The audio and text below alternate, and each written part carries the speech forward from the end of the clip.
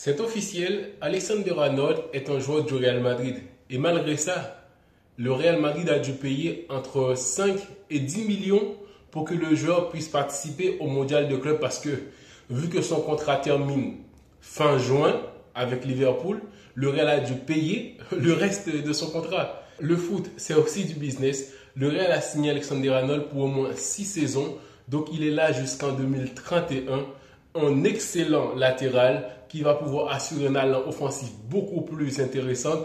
Il n'y aura pas des passes en retrait que ça, mais il y aura aussi des belles centres et des face-à-face parce qu'il manquait ça au Real Madrid, des latéraux capables de faire des 1 contre 1 pour essayer de battre les défenseurs, de mettre une centre et pour que les attaquants puissent avoir plus d'opportunités de marquer parce que ces derniers temps, il y a avec l'individualité de Vinicius qui essaye en tant qu'ailier de battre les défenseurs un peu à 3 sur lui. Mais là, avec un joueur comme Alexander Arnold, ça va créer de l'espace parce que c'est un joueur capable de dribbler, de faire des 1 contre 1. Donc, il y aura quand même des défenseurs qui seront sur lui pour le surveiller tout en laissant de l'espace à un joueur comme Mbappé, Vinicius. Donc, ça va être très intéressant pour le Real Madrid. Aussi, je vous partage mon avis sur la finale PSG-l'Inter.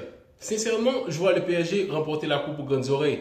Ce n'est pas que l'Inter ne mérite pas, mais quand même en face, il y a une équipe de PSG très collective et qui peut compter sur plusieurs individualités dans son équipe. Pourtant, l'Inter, c'est une équipe de base collective, c'est vrai, mais qui n'a pas autant d'individualité en attaque qui peut faire du mal au PSG.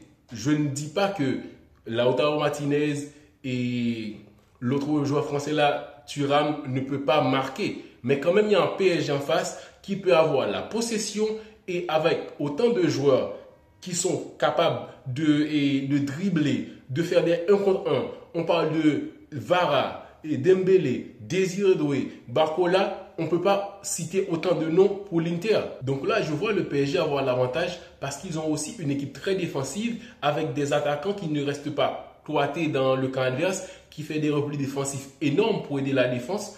Et l'Inter de Milan, une équipe très défensive.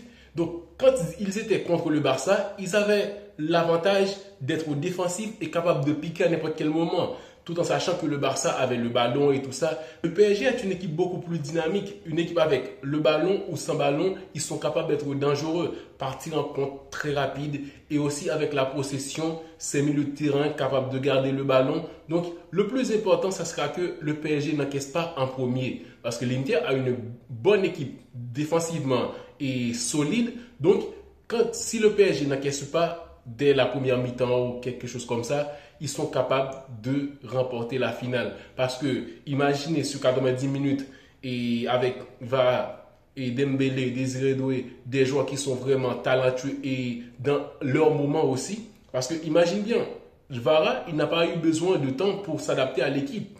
Et il y a aussi les défenseurs qui sont vraiment très solides, le gardien qui est en confiance. Donc, le PSG a beaucoup plus de choses en faveur pour remporter la coupe aux grandes oreilles. Et aussi, ils ont tout fait pour mériter Liverpool, Manchester City. Et franchement, très beau parcours. Et là, ça va faire une belle fin de saison pour eux. Beaucoup de titres. Et Dembélé, je le vois, Ballon d'Or. Oui, est-ce que en remportant la coupe aux grandes oreilles, est-ce que Dembélé ne mérite pas le Ballon d'Or? Selon moi, c'est le joueur qui remportera le Ballon d'Or au cas où le PSG gagne cette finale.